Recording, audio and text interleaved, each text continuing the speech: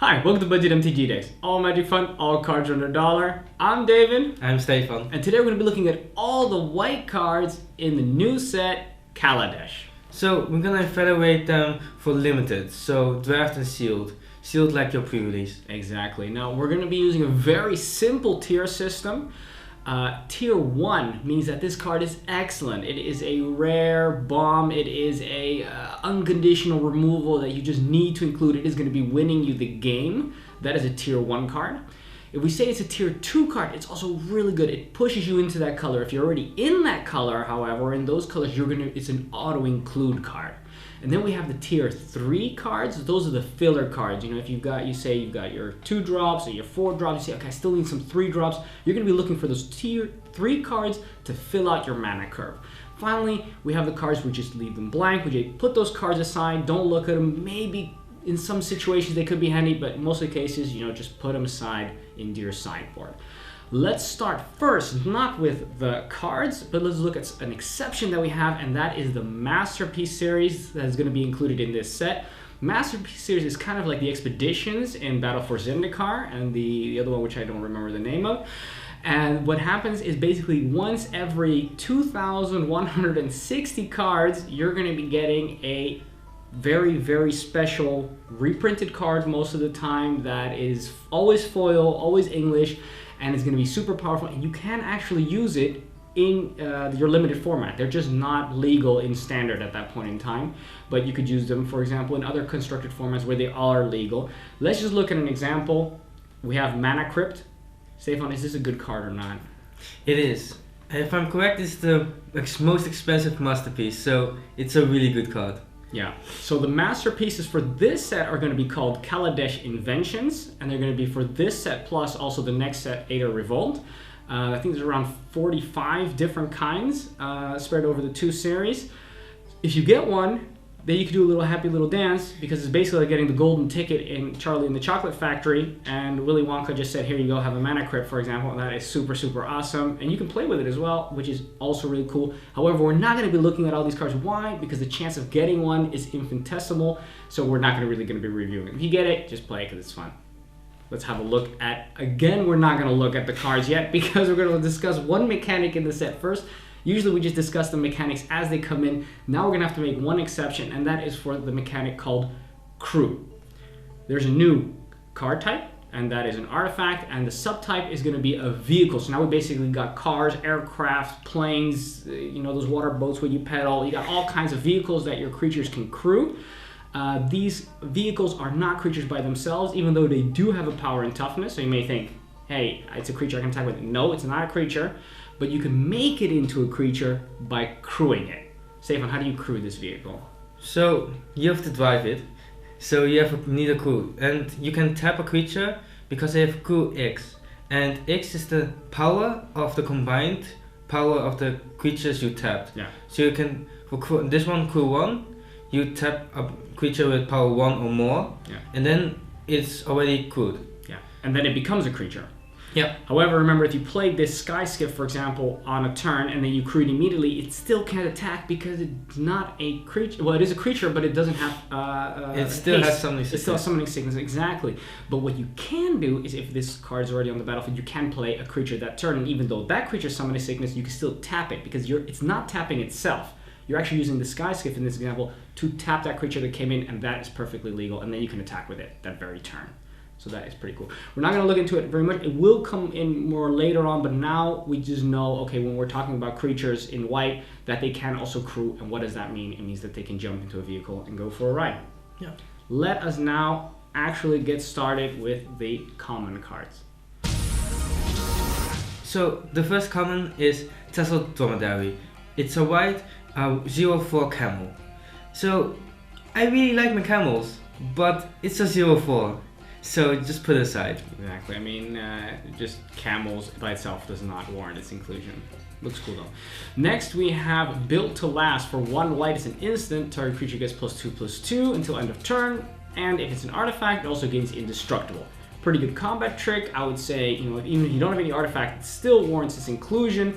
I would say tier 2 because if you're in white, you will use it, you will have an artifact that you can protect, and you will also be able to use it to blow somebody out. And I think it's actually a very strong combat trick. Very nice. Yeah, 1 mana +2 pursues Always gonna play already pretty good. Yeah. And there's so many artifacts, so it will always see a target. Exactly.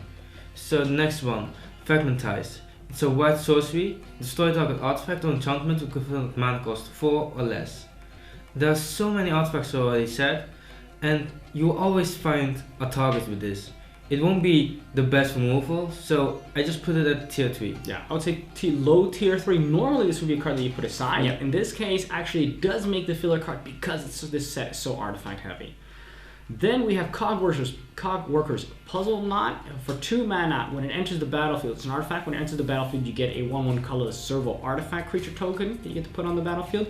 And when you pay 2 mana and sacrifice it, you get to do it again. So in essence, you're paying 4 mana for 2 1/1 creature tokens.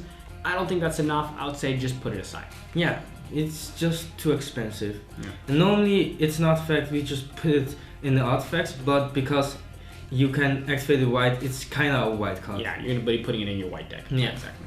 So next one, Pressure Point. 1 on a white, instant, tap target creature, draw a card. It replaces itself, but still it only taps a creature and you pay 2 mana for it.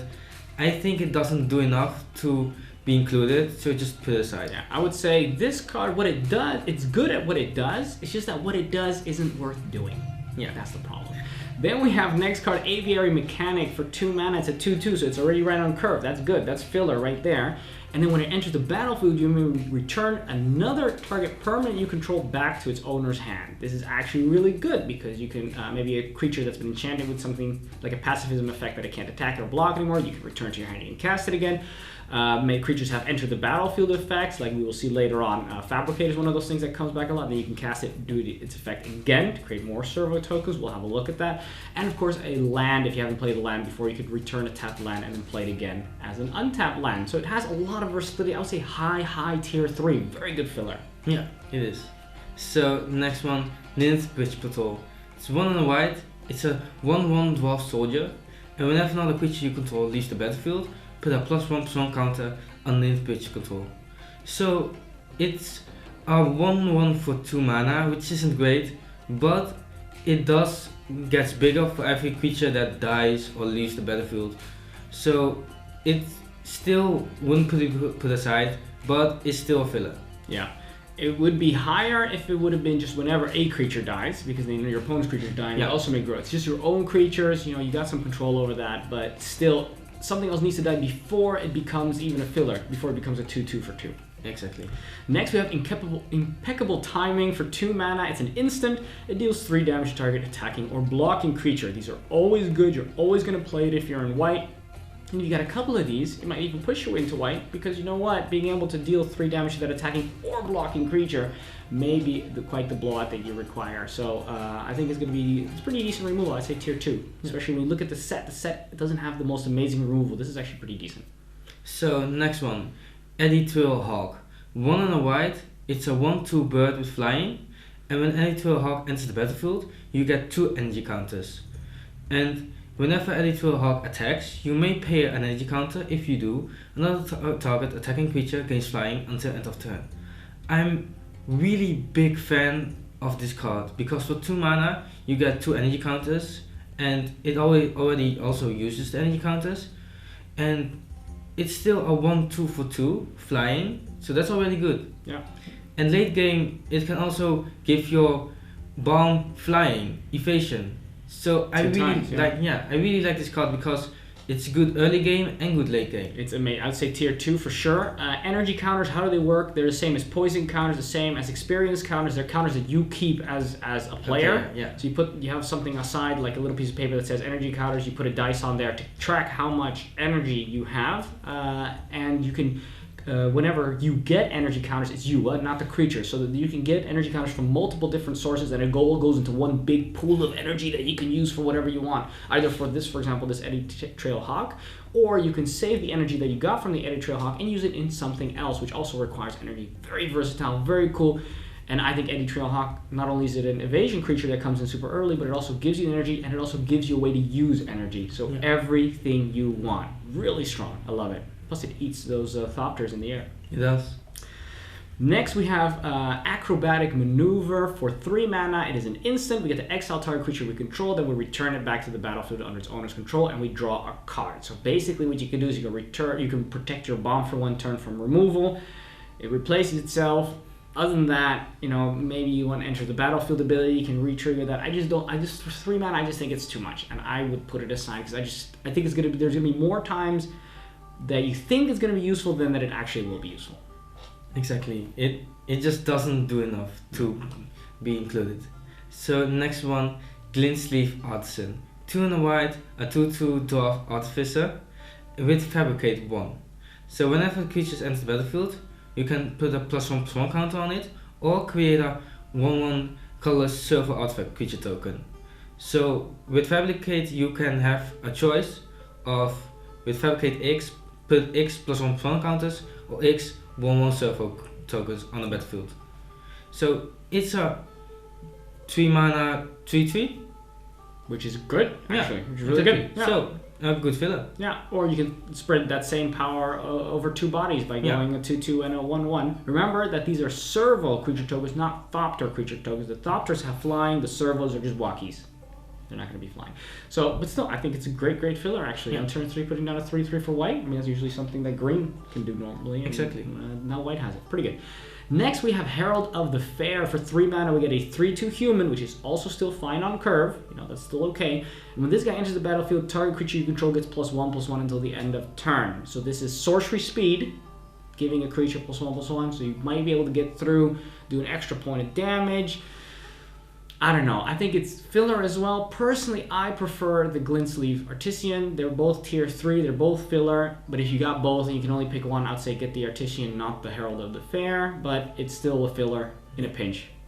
Right? Exactly. It still fills up your curve. Yeah, so it still deals through damage on the attack. Still dies to bears. I mean, yeah, not too exciting. So, Revoke Privileges. 2 and a white. It's an aura, enchant creature. Enchant creature can't attack, block, or crew vehicles. So it's just pacifism plus. Yeah, pacifism plus. Yeah. That's already good, so just put it tier 2. It is really good removal. You can put it on a creature, but if a vehicle becomes a creature, oh no, because it wouldn't be able to stay till the end of the turn. No, so you only put it on creatures. You can't really put this on vehicles. But still, you know, what are they gonna? If you put it on the creature that wants to crew the vehicle, then they can't do that either. So it also shuts down those vehicles. Next, we have Propeller Pioneer. That's nice to say that 3 times fast. Propeller Pioneer, Propeller Pioneer. Okay, for 4 mana, we get a 2/1 Human Artificer. He's got flying, she's got flying, and Fabricate 1. So in essence, you're paying 4 mana for a 3/2 flyer, and in my book, that's pretty good. 3 power on evasion for 4 mana. That's going to be doing a lot of damage. I say tier 2 because if you are in white, you will be playing. This is a very good evasion creature. And will you ever be using this the Fabricate to put down a 1/1 servo? I don't think so, because then it's going to be trading with any 1/1 flyers in the air, and you really don't want that. So I think you're always going to Fabricate 1 and put a +1/+1 counter on it. Yeah. So essentially, it's just a 3/2 flyer, which is good. Yeah. Which I think is really good. I think you're always going to put it in white. Exactly. So the next one, Thriving Ibex. It's 3 and a white. It's a 2/4 goat. And when Thriving Ibex enters the battlefield, you get 2 energy counters. And whenever he attacks, you may pay 2 energy counters, and if you do, put a +1/+1 counter on Thriving Ibex. So you get 2 energy counters, so the first time you attack, it can be a 3/5, and it just stays a 3/5. For 4 mana, 3/5, actually really good. Super strong. You can block for days. It can attack with impunity because that 3 damage, 3 power does a lot of damage. I think this Ibex is really thriving in that sense that it can keep on growing. Plus, it can keep on using energy that you're getting from other things as well to get even bigger and even bigger and even bigger with each attack. Remember that it does this when it attacks. So right as you attack, you have to declare that it's becoming bigger before they can say whether they're blocking or not. But tier 2, always included. It's so good. Next card, Inspired Charge for 4 mana, which 2 have to be white. We have an instant, and creatures you control get +2/+1. Now, I would say put it aside. Normally people think, oh, but there's so many Fabricates, you're going to get all these 1/1 little servos, and then they become bigger. Yeah, sure. That could probably do one-time blowout, but the problem is it requires the 2 white, so you're heavy in white, which means it's harder to play other colors. On top of that, 4 mana, you have to keep that open. I think that's quite high for an effect that I think will not be strong enough. Could there be a situation where it's very strong that you lose to this card? That is possible. I just think most of the time it's not going to do what is required. Also because the pump to the toughness is also not very high, so it won't really protect your creatures that efficiently. I say put it aside. Yeah, I like it because it's instant, but it's really expensive. Yeah, expensive for it does. So next one, Sky Swirl Harrier. 4 and a white. It's a 3/4 bird with flying. So that's really good. 3 power, 4 toughness in the air. Yeah. It just blocks everything, kills nearly everything it sees. So just put it in tier 2. Yeah, being that 4 toughness means it's not only blocking all the flying stuff, it's also can just block stuff on the ground very easily for just 5 mana. Very strong. And of course, you can attack with it simply because 3 points of damage in the air is very strong. Bastion Mastodon. Next one for 5 mana. It's a 4/5. This thing is a beast. Well, it's an elephant, but it is really, really strong. And for 1 white, we can get Vigilance till the end of turn. In essence, having a 4/5 with that butt, I mean, this is huge. 5 toughness is a huge butt. And I think for 5 mana, other colors can play it too. Yeah. If you don't worry about not having the vigilance, you can just play it in any other color. Or when you're splashing white, just on the off chance that you can get vigilance. I think it's a very, very solid filler. And people, they're gonna have trouble dealing with it, I think, actually. Yeah, I think it's just a solid filler in all the colors, like you said. Yeah, so that's tier 3. Yeah. That is the last one of the commons. Let's have a look at the uncommons.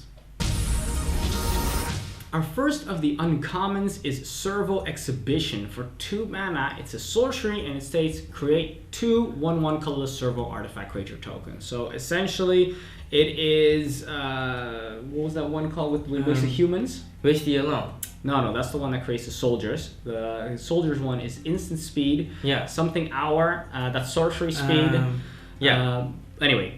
It's Something, good. yeah. It's good. It's good filler. You know, essentially, if you're saying I'm paying 2 mana for a 2/2, this is the same thing except they split over 2 bodies, so it's actually slightly better. I would say tier 3, decent filler. Yeah. So the next one, Trusty Companion. 1 on white. It's a 3/2 hyena with vigilance, but Trusty Companion can't attack alone. So it can only attack on turn 3 if you have a 1-drop, which you're not gonna have. And also to go attack at turn 4. So that's actually pretty late. Yeah. So I don't really like this card, even though it has vigilance, but if it can't attack... It doesn't matter, because you're attacking on turn 4, and they will have a 2/2 that they can just jump block with it, and then they both die, and then you wasted all this time not being able to attack with it until turn 4, and they maybe have been able to do all kinds of cool stuff with their things, so I would say just put it aside. Yeah, exactly. Gearshift Ace for 2 mana. It's a 2/1 first strike. Okay, normally we don't like 2/1s for 2 mana because they die a lot, 2/1/1s, but this guy's got first strike. Now it doesn't apply anymore because now it can kill 1/1s and it can also kill 2/2s. So that's actually much better. And whenever this guy crews a vehicle, that vehicle also gains first strike. That is a nice little extra. Should you have a vehicle? Nice. You don't? It's still okay. It's still a decent filler. Yeah, it's actually a very good filler, I would say. So really good filler. I would say really like the 2 power first strike. Yeah, so that's tier 3. Good top of the tier 3. So next one, Fairgrounds Warden. 2 and a white, a 1/3 dwarf soldier, and when he enters the battlefield, exile target creature opponent controls until Fairgrounds Warden enters the battlefield. Exit. So leaves the battlefield. So when he comes in, he just exiles a bomb or whatever. So that's really good. And a 1/3, but it will survive. It's crazy. So it's tier 2. Yeah. This is... If I see this card, I'm already looking, okay, do I have anything else in white? Because this is really good removal. Really good. Sky Whaler Shot for 3 mana. It's an instant. Destroy target creature with power 3 or greater. Scry 1. Okay, this is going to kill your opponent's bombs. It's instant speed for only 3 mana. And you also get the Scry. Nice. That's tier 2 right there. I mean, think about it, if you get both of these cards, then you're in white right away, right? Awesome. So good. So good. So the next one, Arrow Responder. 1 and 2 white. It's a 2/3 dwarf soldier with flying, vigilance, and lifelink. So it's already good power and good toughness, flying, it has vigilance, and it has lightning. Yeah. So it's basically the white vampire Nighthawk. Yeah. Instead of death touch, you've got vigilance, and we all know how good vampire Nighthawk is. Yeah. So I really like this one, and just put it in. So tier 2. It is so strong. What is with this color? White is so good. Unbelievable. Next we have Refurbish for 4 mana. It's a sorcery and we get to return target artifact card from our graveyard to the battlefield.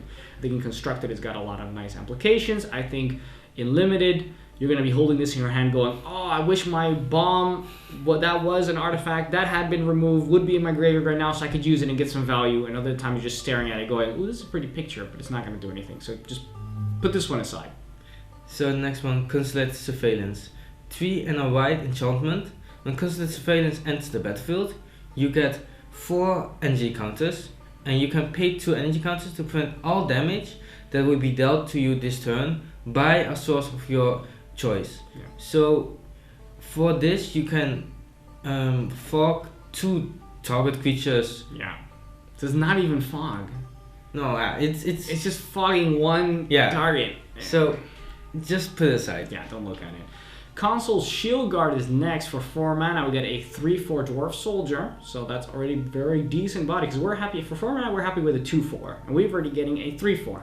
And when this guy enters the battlefield, we get 2 energy counters on top of that. Nice. Also, when this guy attacks, you may pay 1 energy counter. If you do, another target creature gains indestructible at the end of the turn. What? So this guy has a big body. He can attack with impunity. Plus he says, hey buddy, you can come along for the ride 2 times and nothing can happen to you. That is amazing. That's actually really, really strong. I would say tier 2 because it's much better than filler. You're always going to find a way to give somebody indestructible to come along for the ride. Exactly. And even if you don't, it's still a 3/4. Exactly. You can save that energy, give it to somebody else. Exactly. Nice. So next one, Visionary Augmenter. It's 2 and 2 white. It's a 2/1 Dwarf Artificer with Fabricate 2. It's not that great. It's a 4/3 for 4 mana, which is decent, but still, it's just filler. It's just filler, yeah. I mean, on curve, it's got the power for 4 mana. And other than the fact that it is a nod to the Alien franchise, it is, it's just filler. Just filler. Next we have Wisp Weaver Angel for 6 mana. We have a 4/4 flyer. We know already that for 6 mana we get 4/4 angels that can fly. That's already decent, so that's already a filler card right there. And then when it enters the battlefield, you may exile another target creature you control and then return it to the battlefield under its owner's control. So in essence, we get to do that enter the battlefield ability 1 more time. Okay, that's pretty cool. That pushes it up because the 4 power is actually some of the biggest stuff in the air, and it will win you the game. So this one's actually bumped up to tier 2 because of that. It's better than filler because it will win the game. The 4 toughness will also survive a lot of stuff. Those are the uncommons. Let's have a look at the rares. Alright, we're going to start with the first rare, and that is 2 Craft Exemplar. For 1 white, we get a 1/1 Dwarf Artificer. Now, normally 1/1s for 1, they better have a pretty decent ability should we want to play them. And this one has that at the beginning of the combat on your turn, if you control an artifact, which you probably will, considering this set. This guy gets +2/+1 at the end of the turn, and if you control 3 or more artifacts, which is a little bit harder, but also possible, it will also gain First Strike. So in essence, you'll probably have a 3/2 on turn 4, maybe, before you get an artifact. You could get it maybe turn 3 probably, right? Yeah. Turn 3. So let's say you're attacking on turn 3 with a 3/2. That's pretty decent. I wouldn't try and build around it though if I pulled it. I think it's an okay filler, especially if you got above average artifacts. I mean, having a 3/2 and it only costs you 1 mana to pop it down, and later on you're still going to stay that, obviously, because you're not going to lose those artifacts. Tier 3, just filler. Yeah. So Authority of the Consuls. It's a white enchantment. Creatures your opponent controls enter the battlefield tapped, and whenever a creature enters the battlefield under an opponent's control, you gain 1 life.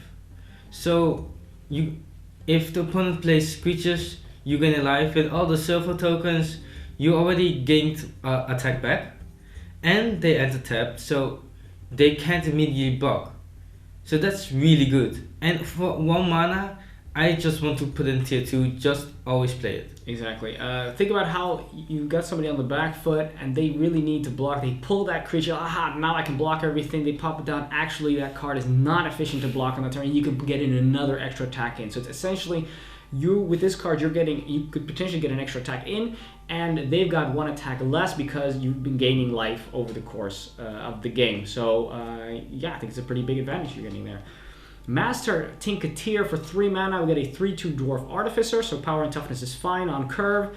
Other servos and Thopters you control get +1/+1. Hey, you know what? There's a lot of Fabricate. There's a lot of ways to get at least servos. I mean, there's not so many ways to get Thopters, but there's plenty of ways to get servos. Those are all going to be 2/2s.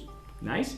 Plus, for 4 mana, we get to make a little servo guy, which is going to be for 4 mana a 2/2, and it doesn't tap to do that. So should you have 8 mana late game, do it twice. You're getting 2 2/2s for 8 mana. Master Tinketeer, that is going to win you the game, I think. Yeah, just because it's a mana sink and late game, if you have 8 mana, it just pumps out 2 2/2s every single turn. Yeah. And even if you don't, it's still a 2/2 every single turn without losing a card. And he's a 3/2 himself as well, so should the blocking go, they don't have anything good to block with, you can also start dealing damage with it. So that's why I just put it tier 1. Tier 1, amazing, definitely build around it when you see it. So next one, Captured by the Consulate. 3 and a white, it's aura, enchant creature you don't control, enchant creature can't attack, and whenever opponent casts a spell, if it has a single target, change the target to enchanted creature if able. So awesome removal. Yeah. So it can't attack, it can still block, it can still cool, but if they have removal for your bomb, they have to kill their own thing first. Yeah. So perfect case scenario, you're in white because you're playing this. Make sure you got a lot of flyers. You're attacking with their flyers. They can't block with their big bomb that they have because you enchanted it with Captured by a Consulate. They can't block efficient because you got your flyers, and then when they want to use their removal to destroy that flyer of yours, they can't because then they'll destroy their own guy. So it's pretty nasty. Awesome. Either way, they're gonna either block with it to kill it, or they're gonna use their removal to kill it. Either way, that thing is gone. Yeah. So tier 2. Yeah. Aetherstorm Rock is next for 4 mana, of which 2 have to be white with a 3/3 flyer. So 3/3 flyer for 4 mana is really good. That's going to be winning you games as well because it's a lot of damage and toughness in the air. Plus, when this guy or another creature enters the battlefield under your control, you get 1 energy counter. So it already gives you 1 energy counter when it comes in. Plus, later in the game, it keeps on giving you more and more energy. Also, when this guy attacks, you get to pay 2 energy counters. And then if you do, put a +1/+1 counter on this guy and tap up to 1 target creature defending player control. So what happens is maybe you got some energy from before, maybe it's the second time you're attacking, but you attack with it. Now it's a 4/4, and that big thing that could have potentially blocked it because it had reach or because it was flying, now it can't block anymore because we tap it, and then Aetherstorm Rockets in for 4 damage. Yeah. If you play it on the if you play a creature on the turn after you play this, you already have 2 energy. That's right. So the first attack is a 4/4 that taps something. Nice. And it just keeps being a 4/4. So strong. That's really good. So strong. Should you get energy later on, you can do it again. Yeah. So powerful. Aetherstorm Rock, tier 1. Yeah. So next one, Fumigate. 3 and 2 white, sorcery. Destroy all creatures. You gain 1 life for each creature destroyed this way. So it's a board wipe, which is also really good. But then you also gain life for every creature that died. To add insult to injury. Yeah.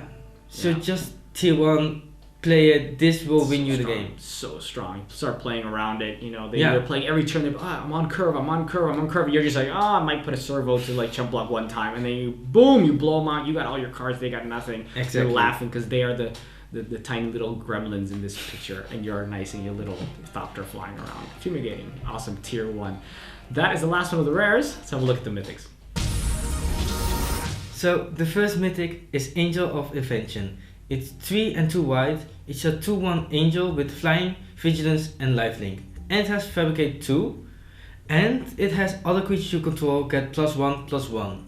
So it's a 4/3 flyer, and with all the other things, and it pumps your team. So that's really good. I don't think you want to put the servo tokens on the table. It does pump the servo tokens, but then it still have 1 power, and I think that's too little to want that. 1 toughness, yeah. Yeah. So the problem is you don't want this guy to die because he's Yeah. pumping stuff. Also, you don't want your other servo things to be particularly strong because you know what, this is the one that's got flying, vigilance, and lifelink, and the servos don't. So just always make this a 4/3 flying, vigilance, lifelink, and just look elsewhere for your servo tokens. Exactly. Or even any other creatures. It pumps any Yeah. creatures, not even just servos or doctors. No. It's just anything else. It's just pumps everything. so strong. So Just tier 1. exactly. Tier 1. Another card that is also tier 1, and that is being uniquely printed right now in this set, and those are the Gear Hulks. This one, the white one, is the Cataclysmic Gear Hulk, which has world's largest hammer. For 5 mana, we get a 5/4 artifact creature. Sorry, a 4/5. I'm so flabbergasted by the card. I'm starting to turn stuff around. It has vigilance, so that's great on the attack and on the defense. Also, when it enters the battlefield, each player chooses an artifact, a creature, an enchantment, and a planeswalker. So one of those things, non-land permanents, of course. And then you sacrifice the rest. That is pretty nasty. Why? Because this is an artifact creature, so you can choose this as either your artifact slot or your creature slot of the ones you don't sacrifice. So that means that if your opponent doesn't have something like this, they're going to be left with 1 creature and you're going to be left with 2. Yeah. But in this set, they'll probably have an artifact, but still... Then it might be a servo. Exactly, but still, this is one of the bigger artifact creature. It is huge, and it is wonderful, and it is a thing of beauty. And it will win you the game because you're board wiping unfairly. Exactly. All right, well, those are the Mythics. Let's have a look at the conclusion. So conclusion, I think white is really good. It has a lot of tier 2s. It has a lot of flyers, so that's always good. So a really solid color for me. And the removal is pretty good. You get that guy that comes in and exiles something. You get stuff that when it attacks you can deal 3 damage to it. The commons and uncommons are really strong. The rares are also, and the mythics are also super strong. I mean, white is, I think, a very solid color. It's a contender for being the strongest color in this set. Maybe the strongest, but man, white is good. It's got so much solid stuff in common that you can build something, I think almost always. And let's just see what cards you're going to get from your pre-release. But I think white is a sure thing, very solid. I'm very happy with it. Very happy with it. Absolutely. I really am. Also, don't forget to press that subscribe button now, because if you subscribe, you can watch our reviews as soon as they come out. You get a little notification. You can get the edge during your pre-release, during your release. You get to know what are the good cards, what are the bad cards, which ones you have to avoid. So get the edge by subscribing. Also join us on Twitter and Facebook. We'll be sending messages out there so that you can find out what we think about certain cards, combinations perhaps. We'll be putting that on Facebook and on Twitter, so join us there too. I guess that's it. So thanks for watching. I'm David. I'm Stefan. And this was Budget MTG Decks.